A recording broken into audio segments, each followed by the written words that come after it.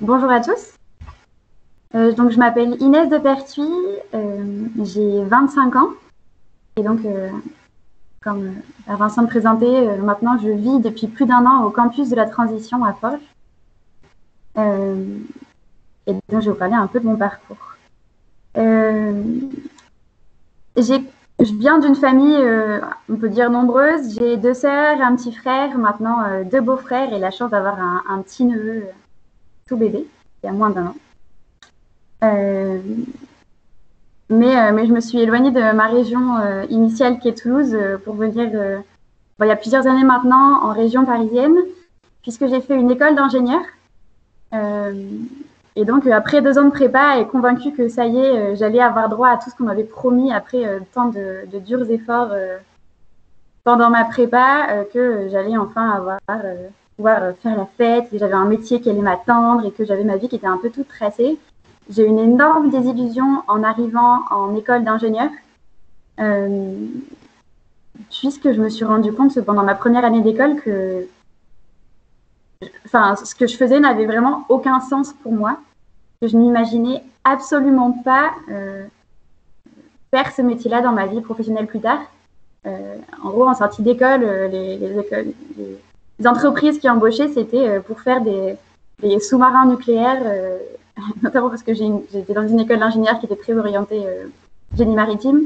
Et alors vraiment, à construire des sous-marins nucléaires, ça avait mais aucun sens pour moi, quoi.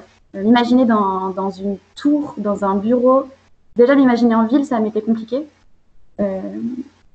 Alors c'était un peu une énorme désillusion pendant ma première année d'école quand j'ai réalisé que vraiment, après tant d'efforts et m'être donné autant, je comprenais pas ce que je faisais là. Et potentiellement, c'était aussi un premier moment où j'ai eu le temps de me poser la question de qu'est-ce que réellement je voulais faire.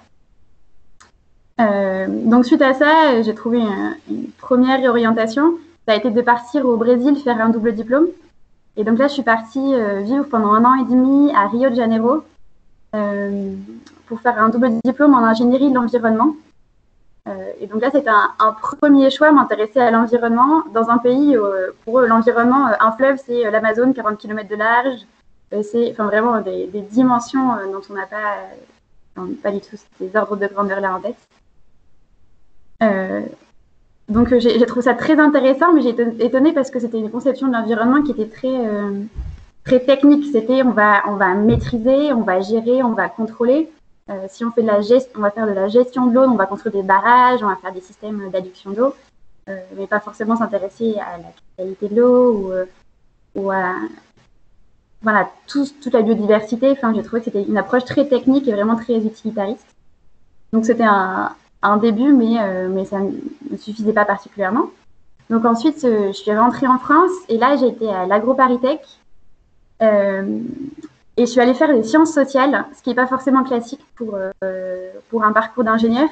Mais justement, c'était des sciences sociales de l'environnement, très orientées notamment sciences politiques et droit de l'environnement, avec comme idée en filigrane de comment faire pour que 2 mondes qui n'ont pas du tout l'habitude de se parler puissent rentrer un peu plus en cohérence, ou en tout cas qu'il y ait un dialogue et qu'on apprenne à parler un peu les 2 langages. Donc un monde très scientifique, technique, et un monde beaucoup plus politique qui prend les décisions. Mais en général, voilà, les 2 emploient des mots qui n'ont pas le même sens pour l'un et pour l'autre, etc. Et donc, c'était s'intéresser à cette question-là. J'ai trouvé ça très intéressant, très angoissant aussi, parce que c'est là où j'ai commencé vraiment à me rendre compte des problèmes de changement climatique, d'épuisement des ressources, de la question des crises énergétiques, etc.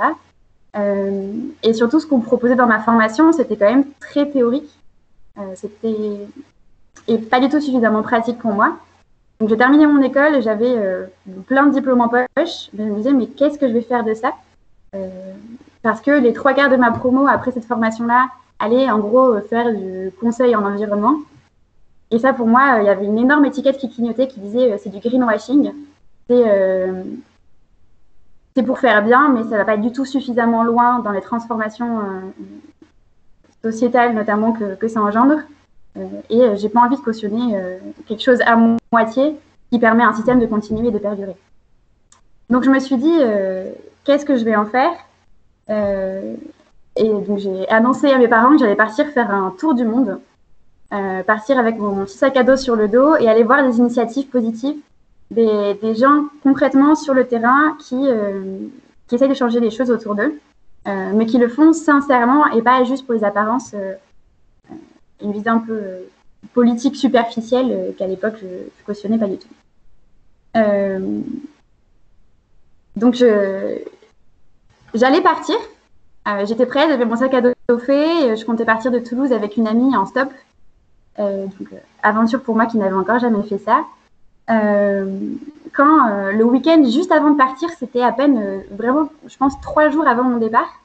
Je suis passée dans un lieu que je connaissais pas encore, qui était bien différent de ce qu'il est aujourd'hui, qui s'appelait le campus de la transition. Donc un château au fin fond de la Seine-et-Marne où il y avait 4 personnes suffisamment folles pour se dire qu'elles allaient remettre en état un château, créer un campus étudiant, transformer les cursus étudiants, etc. J'ai été là-bas, j'ai rencontré la présidente de l'association qui s'appelle Cécile Renoir et qui m'a dit « Ah Inès, en avril-mai prochain, on monte une formation pour les étudiants et on aura besoin d'aide pour la facilitation. Est-ce que tu serais disponible pour nous aider ?» Sur le moment, ça m'a bien plu, mais bon, j'avais dans mon idée que j'allais faire un tour du monde. Je voulais aller voyager, aller loin, et je n'étais pas forcément prête pour ça. Donc, je l'ai gardé dans un coin de ma tête. Et je suis quand même partie en voyage. Donc, je suis bien partie en stop de Toulouse. J'ai été en Espagne, puis au Portugal. Mais à chaque fois que je rentrais dans un nouveau lieu, je me disais, c'est génial ce qu'ils font sur place, mais campus de la transition, c'est mieux quand même.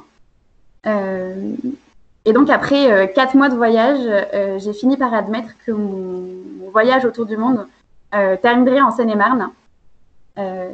Et j'y suis maintenant depuis plus d'1 an, donc je suis actuellement en tour du monde, mais au fond de la Seine-et-Marne. Donc, je suis venue ici au campus de la transition initialement pour m'occuper des 2 mois de cette formation qui s'appelle le T-Camp. Et en fait, très vite, quand je suis arrivée, ça a été un gros coup de cœur parce que je me suis sentie vraiment à ma place. Déjà, j'étais avec des gens qui se posaient les mêmes questions que moi, qui m'ont dit « mais tu n'es pas seule dans ta recherche ». Et ça, c'était vraiment très important de savoir que je ne suis pas seule. Et en plus de ça, il y a une recherche de cohérence, sans être parfaite et sans prétendre qu'on a cette cohérence, mais en tout cas de toujours questionner nos pratiques, que ce soit dans notre mode de vie au quotidien, que ce soit dans les formations qu'on organise, que ce soit dans la réflexion vraiment à toutes les échelles, d'un très local, territorial, à une vision beaucoup plus systémique et sociétale. Cette recherche de cohérence, et ça, c'est vraiment fondamental pour moi. Et donc ça m'a bien plu. Et donc, j'ai demandé à rester 1 an. Finalement, après la première formation, donc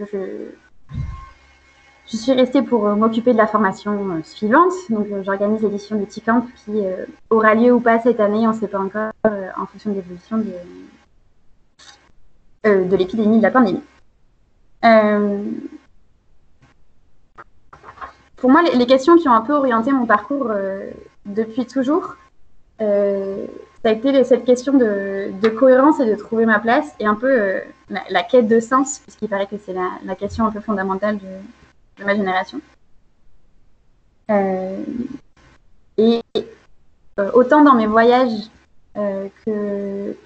qu'au campus, il y a toujours eu un lien très fort entre, on va dire, ma quête un peu écologique de